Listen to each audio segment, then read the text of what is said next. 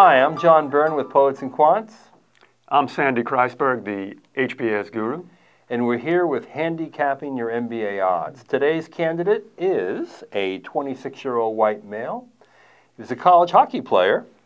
740 GMAT, really impressive. 3.3 GPA from a top 20 liberal arts college in New England. We don't know which school that is. He spent 2 years at a financial technology company, mainly doing work for hedge funds, and the past 2 years in a boutique management consulting firm. This guy wants to be a strategy consultant for the technology industry, and he has an elite group of schools that he would love to go to: Wharton, Kellogg, Columbia, Yale, Tuck, and Haas. What do you think? This is an interesting candidate. 740 GMAT is great. The hockey is acceptable. The 3.3 from a top 20 New England liberal arts school, as I often say, your GPA can really hurt you. It's more important than anybody ever admits. So that's one issue that you have to consider with this guy. How much trouble is that 3.3 going to cost him?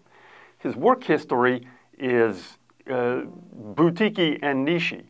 His first job was doing some kind of sophisticated IT for hedge funds. Hedge funds, right. And his second job was, he describes it as boutique management, where he was performing data analysis to increase asset utilization. That's a mouthful. Yeah, my advice to this guy is to get that in more user-friendly terms. Okay? Got a promotion after 6 months, expects another promotion soon. Good luck. Schools, as I've said many times, have a hard time reading the careers of people who work for known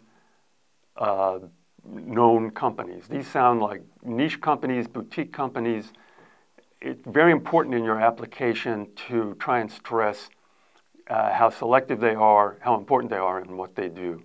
That might be a real problem. On the other hand, what the guy has done is been very businessy, it's been very focused, and he's got a consistent story of being at the intersection of analysis, data, hedge funds, and corporate development or something.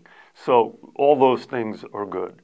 Actually, you know, you're kind of mentioning one of the dirty little secrets of admissions, right? You're beginning to talk like me. Ah, there you go. It is a dirty little secret, though, that admissions committees are risk adverse. Yes. And what they want is they want a firm like a McKinsey or a Goldman who they know has a rigorous screening process for applicants. Yeah, that's right, John. Because then they know that they went through that, they got through the filter. When they hear about a company that they don't know about, they're not so sure. They don't know if this boutique company was your uncle's company or whatever. They might respect that, but what they really respect is when you say, I work for Bain Consulting, and they say, gee, when you graduated Yale, 20 people applied to Bain, and Bain gave a very close look at those 20 people and hired 7 of them.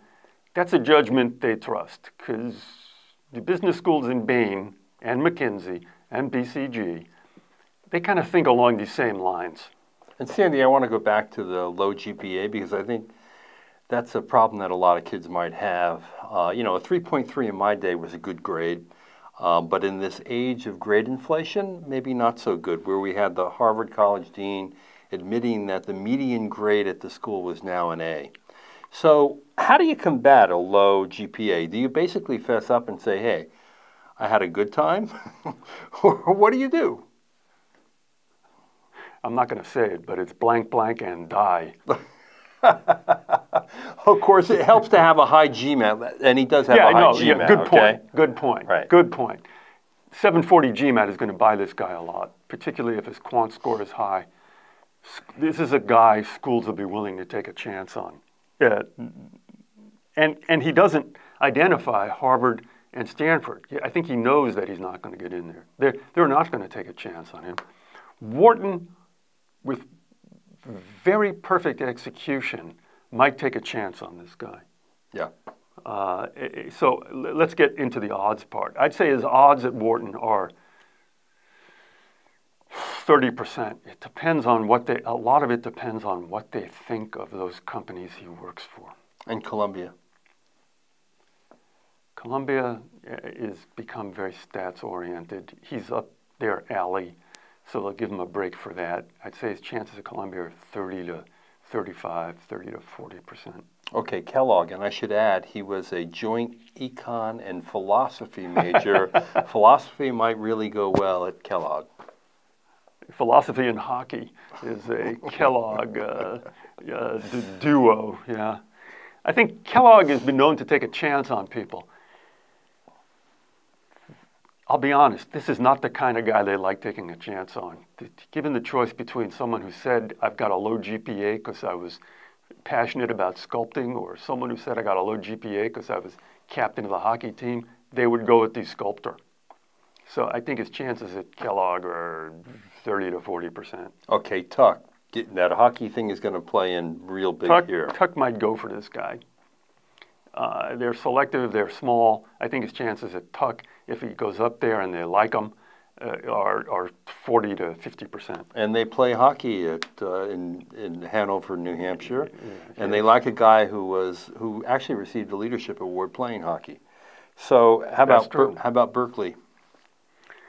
Berkeley, just take the guy because he's got a 740 GMAT. He's got a very solid career, and I think he's going to be employable, which is something that all schools look for, but schools outside of the top three really look for. And his final school, Yale. Yale might go for this guy. He's contra. Yale is attempting to pivot into more people like this at the intersection of analysis, data, hedge funds, IT. It's all boring stuff. That's what they're trying to become. All right. Well, Sandy, thank you, and thank you, Mr. Hockey. Good luck to all you applicants out there. Serious boring stuff. Good luck to all your applicants out there, and if you would like an analysis, send us your profile and your stats, and Sandy may pick you next. Thank you.